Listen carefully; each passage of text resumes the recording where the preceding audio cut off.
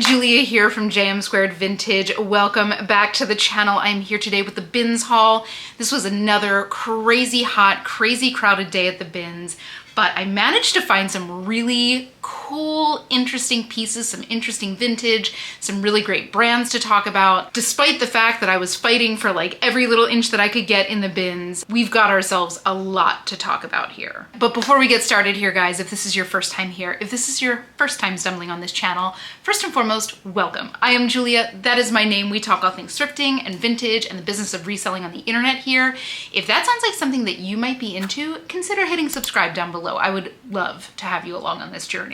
But with all that being said, guys, I've got a lot of stuff to talk about here. I think I've got about 30 pieces. Again, it was very, very crowded. So I was happy to be able to get my hands on 30 great pieces because it was shoulder to shoulder at those bins, pretty much within minutes of the bins being open. So why don't you go grab yourself a snack, grab yourself a drink. You know I've got my matcha latte. So sit back, relax, and let's get into the goods. All right, so let's kick this off with a Y2K treasure, and anybody who's about my age, I'm very sorry for what I'm about to show you because you're all gonna have terrible flashbacks. Do we remember these tops? These little butterfly, completely strappy back halter tops. These are like all the rage with the Gen Z kids these days. And this one is definitely vintage. I remember my best friend having a top like this and she could completely rock it. These girls were never one for a top like this. We've always needed the support, but yeah. Like these things are being resold now, and if you can find a true vintage piece, you're probably looking somewhere like 25 to 35 bucks. If you find one of the newer, kind of cheaper done versions, you're probably looking at like 15 to 25, but you can usually tell the older ones just because of the quality of like the beading. I mean, you can kind of see I don't know if you can see the detail there on the body of the butterfly. These are vertical sequins. So you can literally like roll your finger there. So you can literally like roll your finger along them. I don't know how much of that is getting picked up by the camera, but very, very cool. And I mean, like, excited that I was able to get my hands on it because there were still quite a few kids at the bins, and I'm sure they're looking for stuff like this. Next up was a little pair of We The Free shorts. These kind of shorts from We The Free. Now, I know that the distressed look is not in so much, but the distressed, like Daisy Duke shorts still are. So, and I've sold quite a few pairs of these this summer.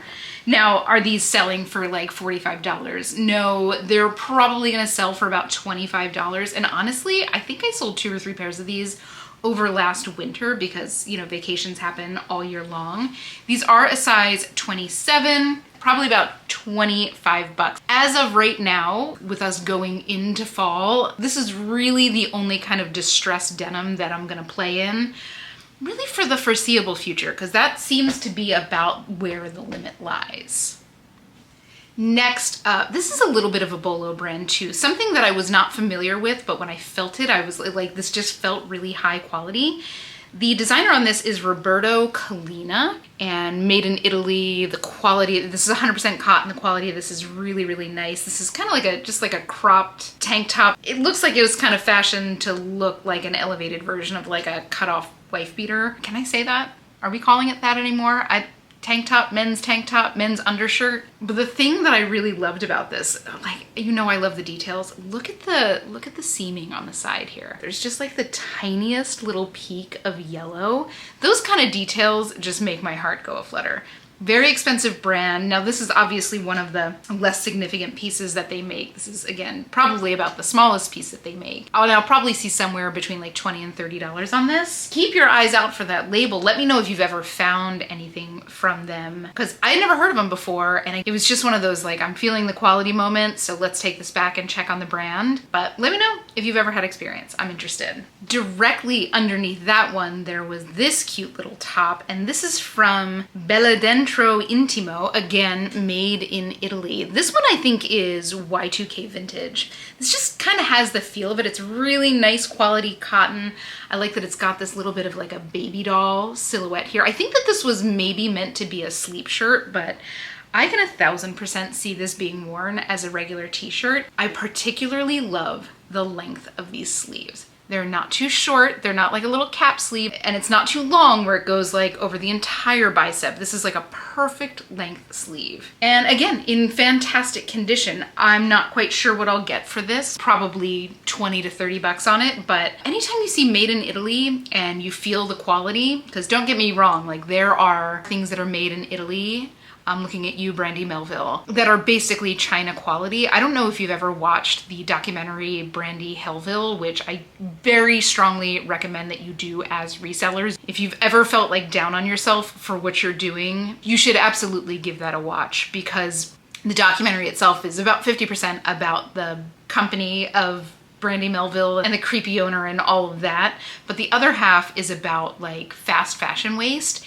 And they talk about this city in Italy called Prato. And Prato is a city that has basically been bought up by Chinese manufacturers. So they have all these factories that are run on like Chinese standards, and they're run by, you know, Chinese factory owners. So as they said it in the documentary, really the only thing Italian about this town is like the name. So like when you think about where the made in USA, made in France, made in China, made in whatever, that label is from like the final assembly point, right? So in manufacturing, you've got like, say we're talking about textile manufacturing, you've got people that take raw materials and spin them into threads or yarns. They probably go to a different factory to weave the actual fabric.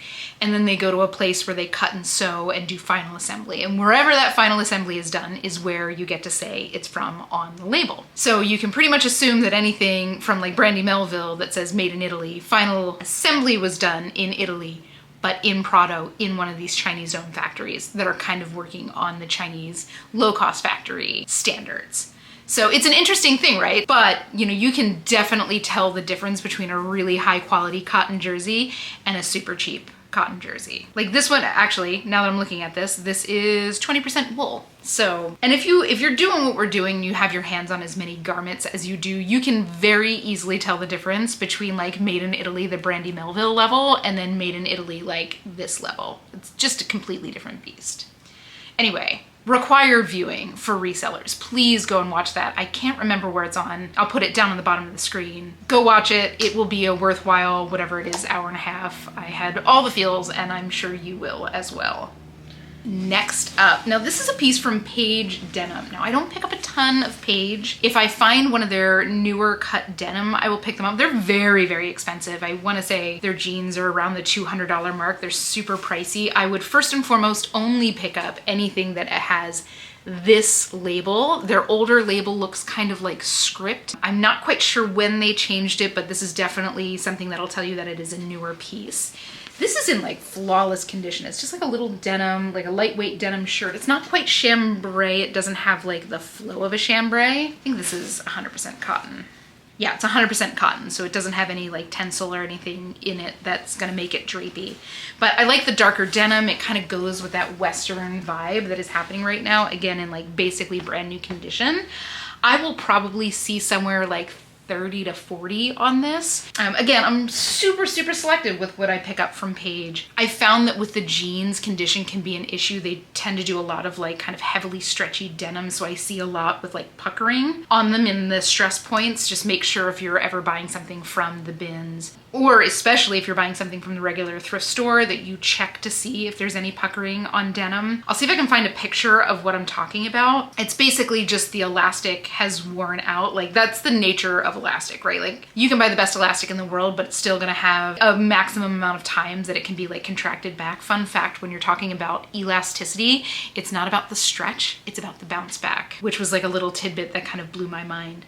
But anyway, so there is just like a finite amount of times that even the best elastic in the world will be able to bounce back. And once that number is hit, or once the kind of tensile strength has been like pushed to its limit, it's gonna pucker. So even, you know, the mother jeans you get, I have found mother jeans that had puckering all over it. So just double check, especially if you are paying up in any kind of like boutique thrift store or regular thrift store. Just do a real close look of all the real stress points. So like across the hips, around the booty. It's usually you'll see it kind of from mid-thigh up, because that tends to be like the widest part on most people, especially when it comes to jeans. So next up, a gorgeous little cashmere piece. I found quite a few good sweaters this week. It is we're coming up on sweater weather. I understand that it's 95 degrees in a lot of this country right now, but sweater weather, fall time is knocking on the doors. If you're living in the mountains of Utah like I used to, I can guarantee you, you've got gold up in those aspens right now.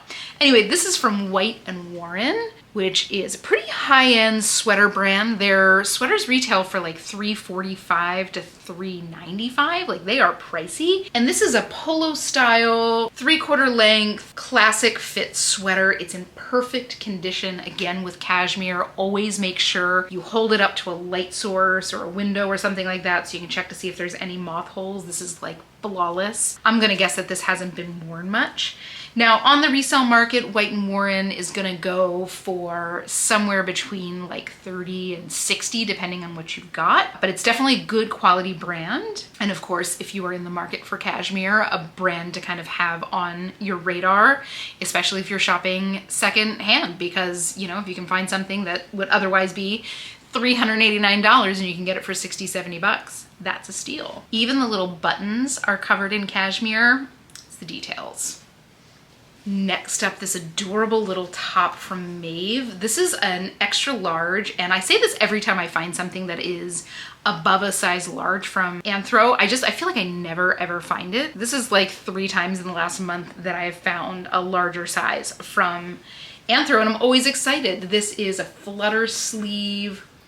I don't even know what you would call this fabric, but this is kind of like a textural print. It's really, really pretty.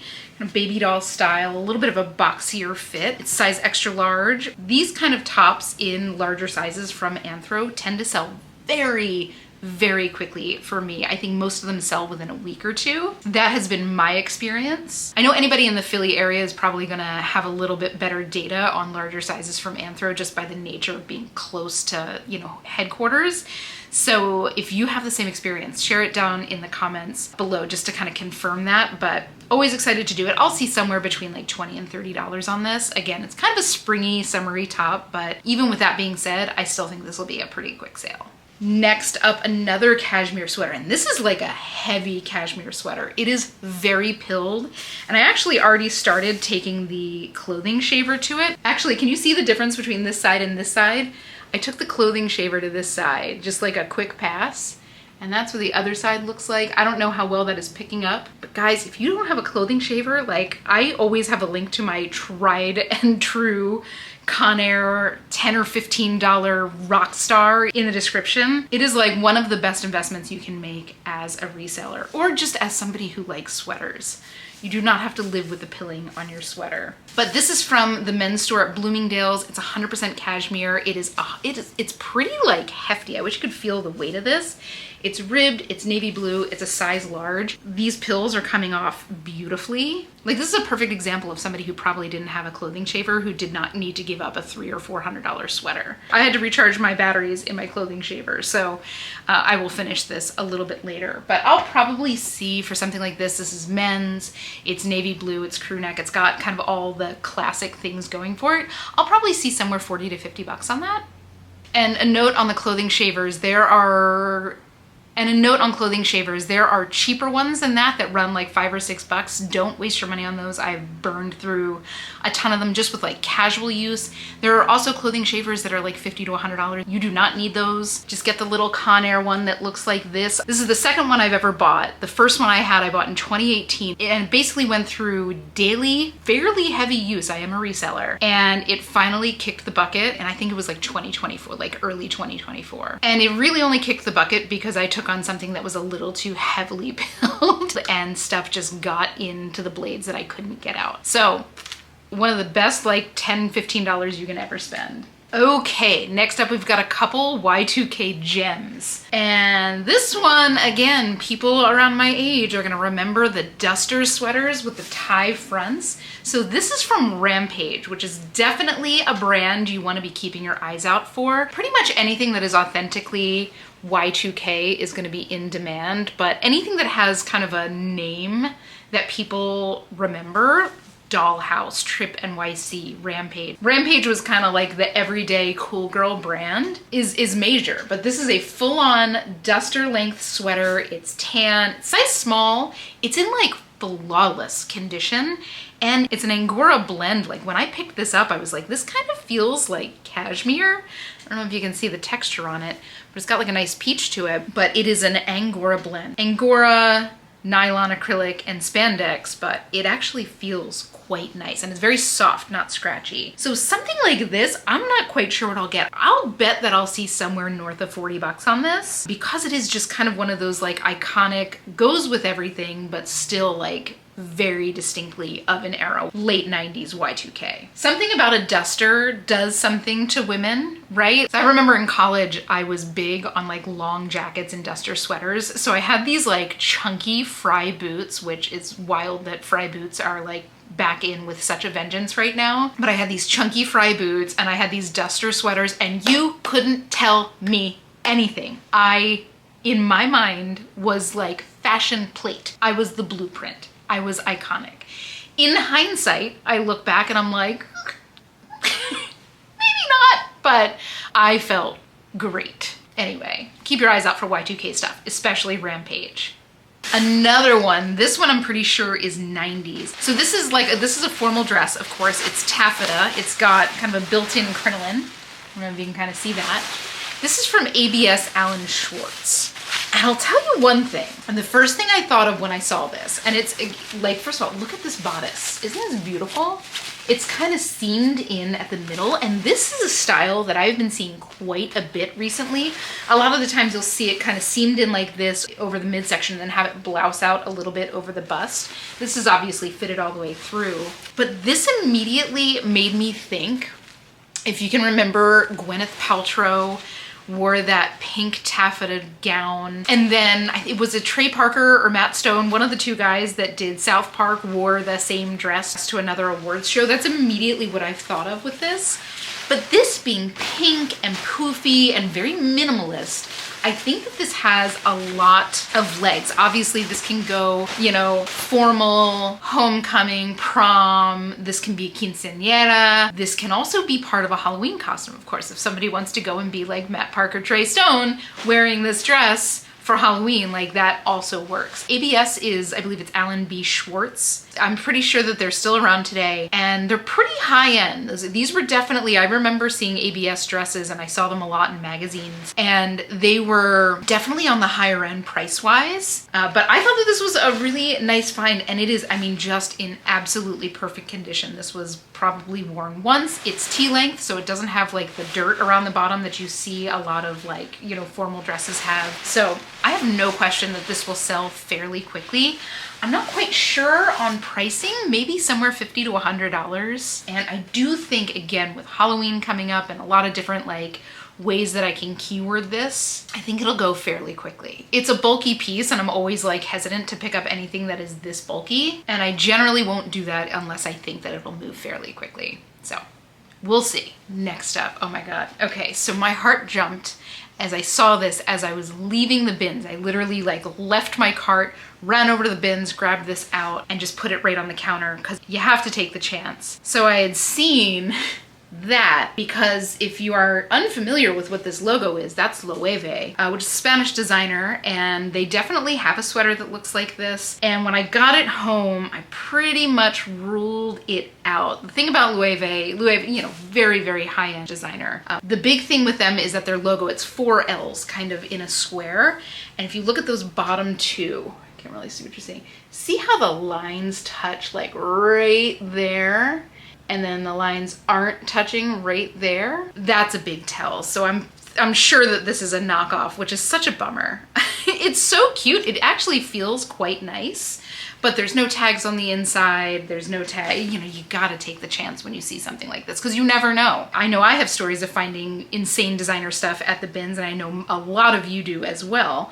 So you gotta take the chance, but you know, probably not legit. I'll probably just toss this because we don't want to perpetuate counterfeits being out in the world. But yeah, so if you ever see anything with Loewe, their big thing is that the spacing on the letters is always perfection.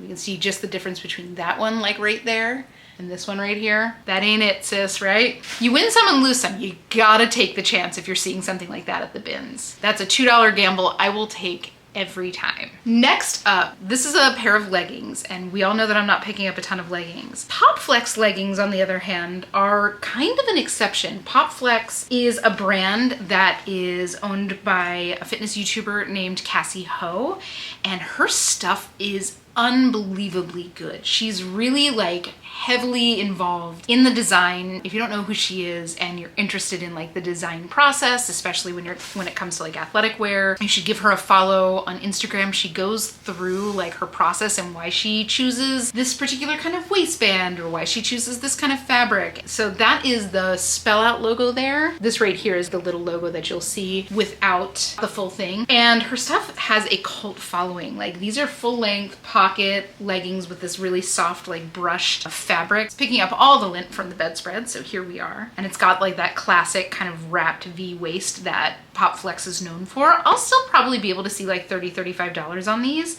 and I have no doubt that they will go pretty quickly. You don't see a ton of them on the secondhand market because people love them. This is really only the second time I've ever found them in the thrift, in the bins at all. And the first time was not too long ago and they sold within a day or two. So I'm interested to see how the leggings do, but I'm pretty sure because I've tried to buy Popflex leggings on the secondhand market and they're still pretty pricey. So we'll find out.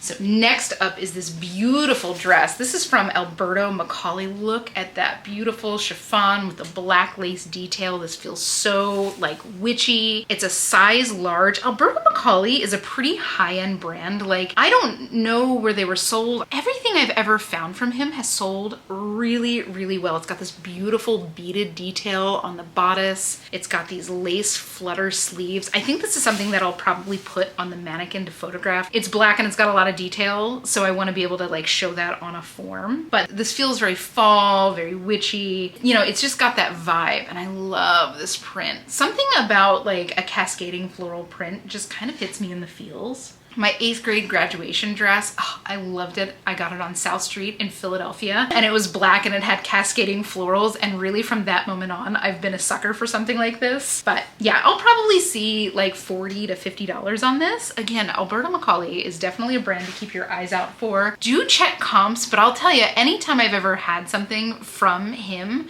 I've never been able to find the exact piece. So I don't know much about him and his design or the company. So if any of you guys have some info on that, let me know. I know a couple of you guys have really good like fashion knowledge like that. Y'all put me to shame, so share your knowledge, please. You know I eat that stuff up. And on to the next bag. Next up, look at this thing. This is a puffer vest from Desigual. Still think I'm pronouncing that wrong, but definitely a brand to be on the lookout. They are Spanish based. They do some like incredible artistic pieces. This is like, I've never seen anything quite so minimalist from them, but this is down, it's iridescent. It's a size small. It's in fantastic condition. In fact, I have a friend who I might gift this to just because it's very much their flavor. So I'm not quite sure what I will get on this, but anytime I see that label, no matter how significant the piece is, I will grab it. You know, I'm not gonna be making money hand over fist on some of the pieces. This being a little bit more significant might be an exception to that, but I grab it because people are such fanatics about the brand. So any piece I've ever had has sold really, really quickly. And to find a jacket, this was an exciting find for sure. Next up, this cute skirt, and this is from Bob Mackey, Bob Mackey Studio. Now, I'm not sure about Bob Mackey Studio. I know that Bob Mackey wearable art is like the QVC line. I'm not quite sure where Bob Mackey Studio falls in the grand structure of Bob Mackey brands, but I just thought this was really pretty. I've actually sold quite a few skirts like this from a bunch of different brands for a decent price. It's also brand new with tags and a size 16. It's a lightweight cotton, kind of just below knee length with a little bit of a flare and this beautiful embroidery on the bottom. So I'm gonna estimate sale price on this based on it being like equivalent to like a Talbot's. So I would anticipate getting probably $20, $25 at a minimum, maybe a little bit more. You know, it's funny when you have designers like Bob Mackey that have all of these different kind of lines. You have Bob Mackey, you have wearable art. I've found pieces from a line just called Mackey. He's probably done 10 different lines in his lifetime. And there's never any kind of like reference to what it was and where it was sold. And I wish that that existed.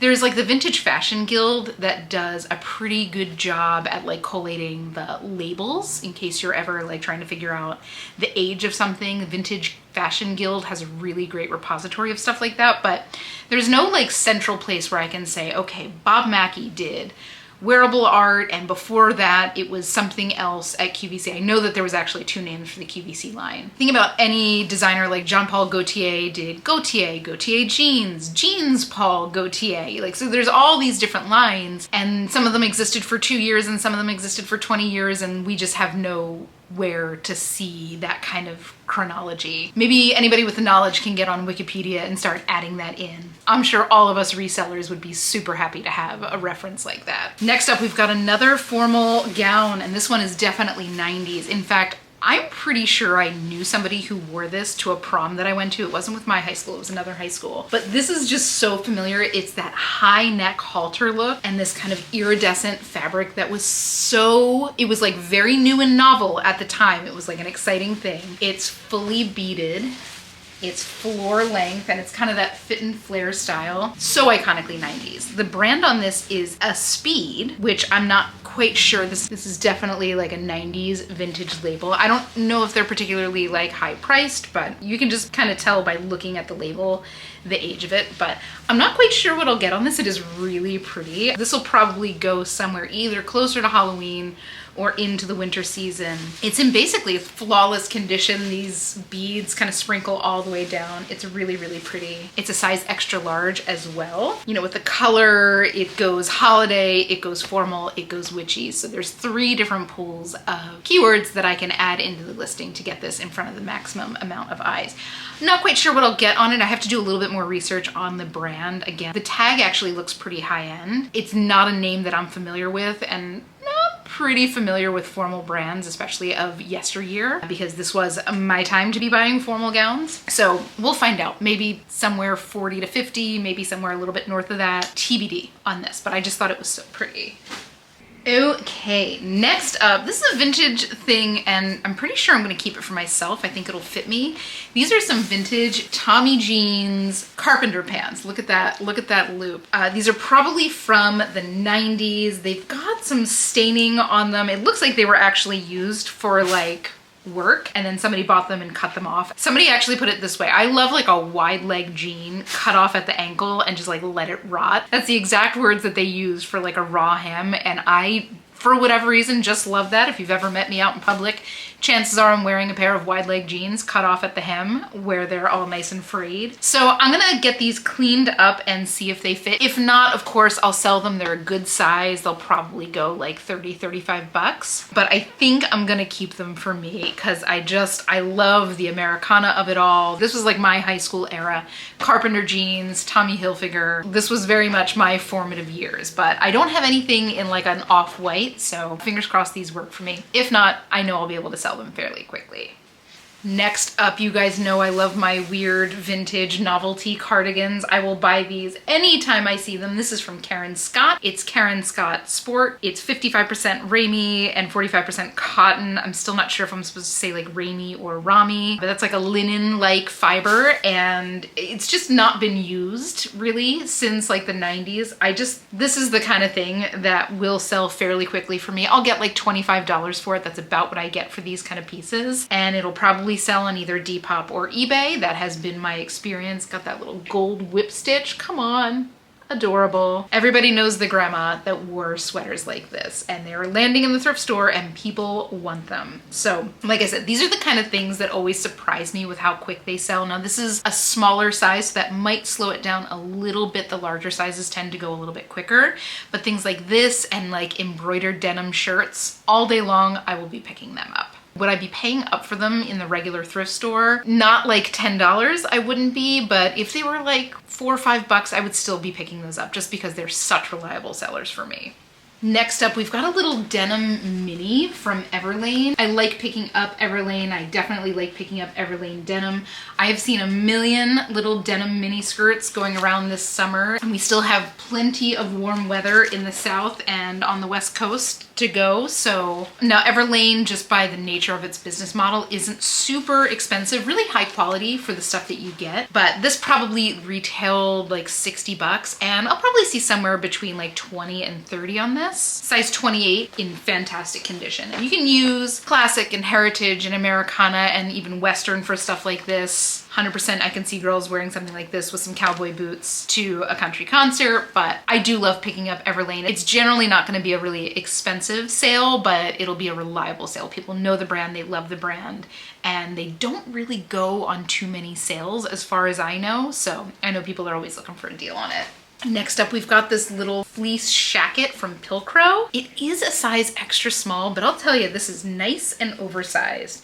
But it's this washed pink color. These kind of things, I mean, I'm sure you've seen me in shirts just like this a million times. I live in them. Most of the ones that I have come from Aerie, but again, this is from Pilcro. It's a little bit more substantial, so this is a little bit more of an actual shacket. The ones that I have are more shirts, but I will probably see, like, sold comps on this shacket in particular are between like 30 and 50 bucks. So somewhere in that range, but keep your eyes out for shackets. They are not as popular as they were like 2 or 3 years ago, but they are still definitely good pickup. People still really love a shacket. Next up, this is, I'm pretty sure, a vintage piece from Orvis, and I'm interested to hear if you would have picked this up. Orvis makes a lot of like outdoorsy type stuff, a lot of like hiking and fishing type gear, but this I just thought was so cute with this little scallop detail there on the pockets and the scallop detail on the collar. Again, I think that this is vintage from maybe the 80s, but I could be wrong. I'm not super familiar with the labels, but this does look consistent with labels from around that era. So I'm not quite sure. I don't think I'm going to be getting a ton of money on this, probably 20, 25 bucks, but this little detail slayed me. And with prep being such a big thing this year, any kind of polo shirts, rugby shirts, hacking jackets, barn coats, all that kind of stuff is super, super in. So any kind of piece that fits into that type of wardrobe like this, especially when you have a nice little detail, I'm here for. Orvis is not a brand that I pick up a ton. I see a fair bit of it. I leave a lot of it behind because generally the pieces that I see are like bulkier and they're not necessarily worth like the squeeze at the end of it. But something like this, I'm in. Next up, these are from Scotch and Soda, another brand that I don't see all that much, but I'm pretty excited when I do find it. I've actually never found women's pants from them. This is called the Lowry pant, and it is the most beautiful ice blue color. It's like a tailored, tapered leg. It's not necessarily a slim leg. It's a size 28. These feel in brand new condition. Just really cute little trousers. Scotch and Soda is based in Amsterdam, and their prices are like shockingly expensive. I'll never forget the first time I went into a Scotch and Soda store. We had one in Salt Lake, and I remember looking at the prices being like, oh, I get it. This feels very like not their style, but I guess if it is like a summer line that they did, it makes a little bit more sense. I think that the Scotch and Soda vibe tends to be a little bit more in like the gorp core kind of outdoorsy style, but I have found quite a few of these more like ultra feminine pieces, and they always sell really well for me. I'm not quite sure what I'll get for it. I have to do a little bit more research on it, maybe somewhere 30 to 40 bucks, but I have no doubt that like just like everything else I've ever picked up from Scotch and Soda, this will sell pretty well. Next up, we've got a little Harley-Davidson sweater. Again, like this is the second Harley piece that I found in like a couple weeks. And I'll tell you, I never get my hands on it because people are all over Harley stuff. I don't know if this is vintage at all. I don't think it is. If any of you guys have a little bit more of a knowledge on the Harley vintage tags, let me know. But again, just looking at the style of this, I don't think it's too old. Maybe like 10, 15 years old, but this kind of stuff, like anything with a Harley logo on it, sells super, super quickly. They obviously have a cult following. There are people that like ride Harley motorcycles. They wear Harley clothes. It's like their identity. But I'm not quite sure what I'll get for it. I did just get $25 for like a cut-off tank top from Harley, but maybe in like the $30 range for something like this. It's in like perfect condition, though it is a size small. So for a men's sweater, that might be a little bit limiting, but anytime I see the Harley logo, I'm gonna pick it up, especially at the bins. I'll try to report back when this does sell so we can get an idea of what something like this goes for. Next up, now this was something where the print caught my eye immediately. Let me get this untangled here. Now this print, to me, feels a little bit William Morris, does it not? Just kind of has that vibe to it, but it's this pretty chiffon dress with the lining. It's got these nice wide sleeves and a faux wrap top, really, really cute. And the designer on this is Day Berger at Mikkelsen. I don't know if I'm saying that right.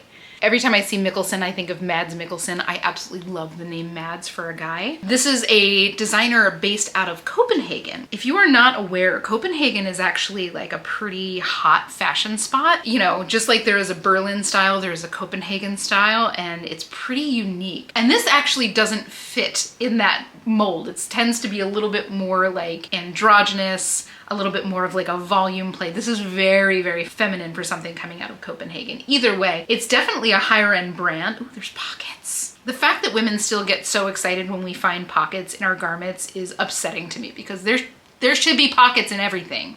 We need to carry stuff too. But I'm not quite sure what I'll get for this. Again, it is definitely a brand that people know, people like, but this does feel like a little bit of a departure for them. So somewhere between like 25 and 50, somewhere in that range. But yeah, either way, this print I thought was lovely. And this is something that'll go style based, not necessarily based on the brand, because this print is just so pretty. Let me know if you're familiar with the brand or if you've ever found anything from them. I'm interested to hear. Like, I had never heard of them until, you know, I picked this up, and I love some of their stuff. Next up, this was an interesting one. So these are Athleta. You guys know that I'm very selective. We're just gonna leave it. As I was saying, you guys know that I'm pretty selective with what I pick up from Athleta, and this I'm not quite sure about these, but I think that they'll sell well. And you know, they're not leggings. These are definitely things that are like athleisure, right? So they're something that you can, honestly, you could probably wear these to the office. They have kind of like a vintage track pant look to them. Vintage looking track pants, and believe it or not, like the tearaway pants, like the snap pants, are gonna be on the rise. I'm already starting to see chatter. I'm already starting to see trendsetters wearing stuff like that. But these are wide leg, they're navy blue. They have that vintage feel to them. They feel brand new, and they're a size extra large. So I'll have to see what the actual name of this model is, but again, they're like brand new condition. This is an exception I would make. I think that Athleta's like actual athletic wear is something that I'm not really touching these days, with very, very few exceptions. Some of like the after yoga sweaters, stuff like that, still do fairly well for me. But their streetwear stuff is still in demand. Like there's stuff that you can wear to the office, you know, like their tech everyday wear, their tech streetwear. So I think that that's where this falls into, but watch the space on vintage style track pants and snap pants. I think we're gonna be seeing those over the next couple years. Like I said, I'm seeing them on like the real early trendsetters, and I would anticipate them being probably pretty big in 2026 in like the real like early adopter world, and then we'll see them, I think, peaking in like 2027, more in like the mass adoption realm. But yeah, I watch this space. I think that these kind of retro track pants as regular pants are something to be on the lookout for.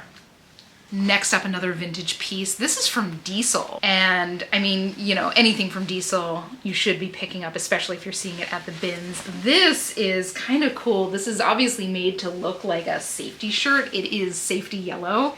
It is completely blowing out the lens. It's got like little like drawstring detail on the sleeves. It feels like it's even made kind of like a safety vest, right? Like it's got that like partial mesh underneath the upper back. Is there actually any venting here? It's got like the details that make it look like a functional piece, but it is not a functional piece. I think that just by the nature of what this is, this will sell fairly well. This can fall into like the Gorp core, the utility, the 90s vintage. This feels very like like early days of Backstreet Boys almost. But keep your eyes out for Diesel. I'm not quite sure what I'll get on something like this. I have to do a little bit more research on it. It's definitely old. Vintage Diesel is definitely in demand. Diesel in general, like their jeans are so expensive and they have a real cult following. So maybe somewhere probably between like 30 and 60 bucks on this. TBD, again, I have to do a little bit more research and price it accordingly, but it was definitely an exciting find to see at the bins. Next up, now this is something that I will always keep my eyes out for. This is a vintage nightgown. Now it looks like it used to have a belt. I don't think that that necessarily matters. It's this beautiful, delicate pleated lace trim little, like, I'm gonna guess that this was like the top piece of a two-piece set or the bottom piece of a two-piece set. I'm gonna guess that there was like a lining piece at some point, but even without the rest of the components, this will still probably go 20 to 25 bucks. If I had the full set with the belt and everything else that was with it, this was probably either a 2 or 3 piece set. We could be looking at north of 50 to like $80, and depending on what that robe looked like, that could easily go well into the hundreds. Vintage nightgowns, if you guys haven't watched my sleeper hits video, I'll link it down below. We talk a lot about like vintage nightgowns and what to keep your eyes out for, and I'll tell you guys, some of these things go for big dollars. I would recommend one of like the little honey holes for vintage sleepwear in particular is estate sales. And a lot of times if you go to estate sales, if somebody was into those like little matching peignoir sets or whatever, they probably had multiples, and those are things that I would feel totally comfortable paying up for, even like estate sale prices, because they will go in good condition with a complete set, $150, $200, and like in the blink of an eye. There are people out there that collect vintage sleepwear, and it is something to take deadly seriously if you see it available for sale at a decent price. I would happily pay $50 for a great vintage set, just knowing that I would probably easily triple my investment there without batting an eye. So keep your eyes out for vintage sleepwear for sure. Next up, this is a little skirt from House of CB. Definitely a bolo to be keeping your eyes out for, especially this style. Like this is, I'm pretty sure, fairly new because this is their kind of like 90s referential line. This is the logo that you're looking for, and their whole thing, like they really got popular because of their corset dresses. They were all about like showing the curves of a woman. Like that is literally one of the things that their designers really into. But this is a very 90s style maxi skirt with this pretty floral embroidery right over the hips. It's so like, this really hugs curves. It's a size medium in fantastic condition. Like sold comps are somewhere between like 50 and 80 bucks. This probably retailed about 150 or so, and there was a matching top to it. So obviously if you see something from House of CB that's like a top or a bottom, keep your eyes out for, like, dig around for the other half of it, because a lot of times if you're seeing just a skirt or just a top, it was sold in a set. House of CB's, like, they don't do a ton of like everyday wear stuff. It's more special occasion. So even if you're finding a skirt, that generally means that there's a matching shirt somewhere. Now they might have been separated. So if you were seeing this in the regular thrift store, I would go and look at like the long sleeve, you know, see what the other half looks like, and then go look in the, you know, corresponding section where the shirts are. But either way, it's a brand to keep your eyes out for, comfortably pay up for it. I've had nothing but great experiences with it. I think that their quality is really nice. They're expensive, not crazy expensive, but they are definitely on the pricier side, and they resell really well. So next up, are you ready for an absolutely stunning vintage skirt? I felt this and I'm like, this is absolutely silk. So it's this beautiful kind of pencil style skirt. Look at the pleating on the front. And this is from Neiman Marcus, the sport shop. I'm gonna guess this is probably 50s or 60s. Dupioni silk. This is flawless condition. It doesn't look like it's been worn much at all. Just the placement of the pleats. I love the way that the front kind of tucks in, and check out this closure. I'm obsessed with this, right? So if you look at the bottom, right, it's got this little split that kind of splits off right here, but the zip is under this little pleat. So it zips up on the front. Let me show you kind of, so it zips up the front here. Isn't this adorable? And actually, this is something that you guys should keep your eyes out for if you are shopping. I know a lot of you guys ask kind of how can you date a garment? And the answer to that question is it's too big to talk about in like one sentence, but this is an easy tell. If you see something with a metal zipper like this, that's probably 60s and earlier. Like the plastic or nylon zippers started to become a little bit more popular in the mid 60s with like the plastic age. So something like this will tell you it's like mid 60s and prior.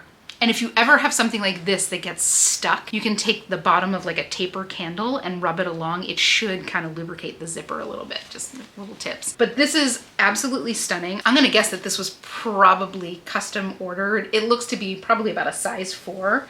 And again, just flawless. I can see this going to a vintage clothes enthusiast.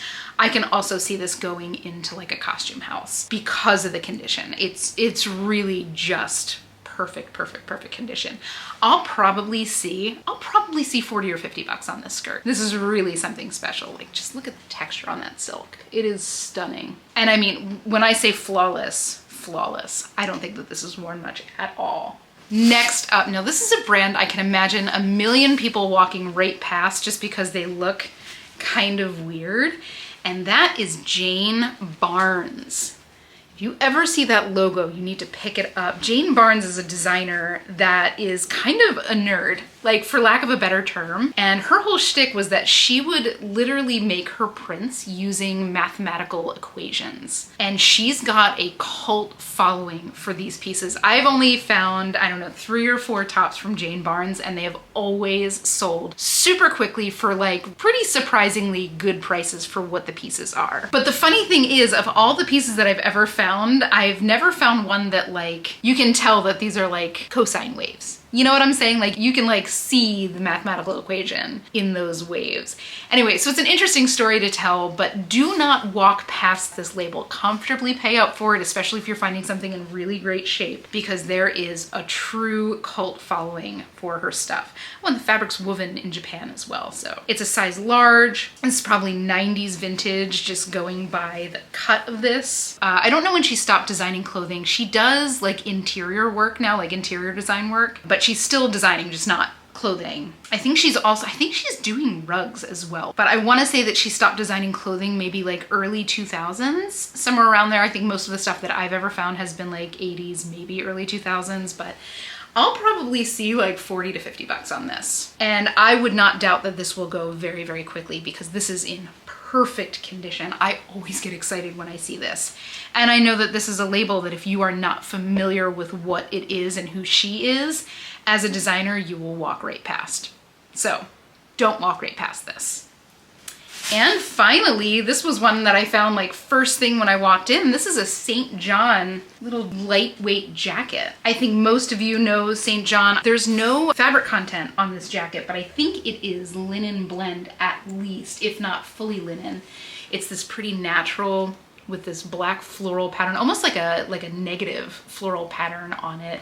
It's a size large, made in the USA, as I think pretty much everything St. John is. And it is in fantastic condition. Again, just like a perfect little light jacket, something you can throw on and wear as like a blazer, or something you can throw on and wear as just a light jacket. It is St. John Sport. I'm not quite sure where that stands in terms of pricing with St. John, but I will probably see somewhere north of $50 on this. I have to do a little bit more research on pieces like this. I've really only found like lightweight sweaters and the Santana knit, which is like the knit that they're really famous for, that kind of like heavyweight wool blend smooth knit. So I'm interested to see how something like this will do that does feel like a departure from like their classic pieces. But I mean, if you see this, obviously comfortably pay up for it. If you see it in the bins, you absolutely should be picking it up. You know, especially when you're seeing something in a good size, a size large, and it's in flawless condition. So always an exciting find. That is always an exciting tag to see. Oh yeah, there's a little logo badge there at the back of the neck. But that is it, guys. That is the haul for today. Again, it was 1,000 degrees. It was super crowded. I was fighting for my life trying to get every piece that I could. And honestly, it was just shoulder to shoulder from like minute 1. And it was like too hot to be that close to people. You know what I'm saying? Like it's been hot here. But guys, thank you so much for hanging with me and nerding out about some of these things, talking about some of these cool brands and cool vintage brands to be on the lookout for, and some interesting trends that are starting to bubble up. We've got all the fashion weeks coming up in the next couple of weeks, so you know I'm gonna be glued. Be on the lookout for a trends video after all that wraps. And honestly, when I'm watching Fashion Week, I am watching the runways, which is for the most part gonna be the stuff that stores are buying for next year, but I'm also watching the trendsetters. I'm looking at the street style more than anything, because those are the people that really shape what the designers are doing. And those are the people, the editors, the stylists, those are the people that are gonna be shaping what is going to be being pulled into the mass market stores over the next couple of years. So I'm as keyed in on them as I am on the actual runways. So either way, keep your eyes out for that video. I'll have that probably late September at some point. But guys, if you had fun, please consider leaving a like or a comment on this video. Of course, don't forget to hit subscribe. I would love to have you along on this journey. But without further ado, guys, I hope you have the most beautiful week. Happy hunting, and I will see you all in the next one.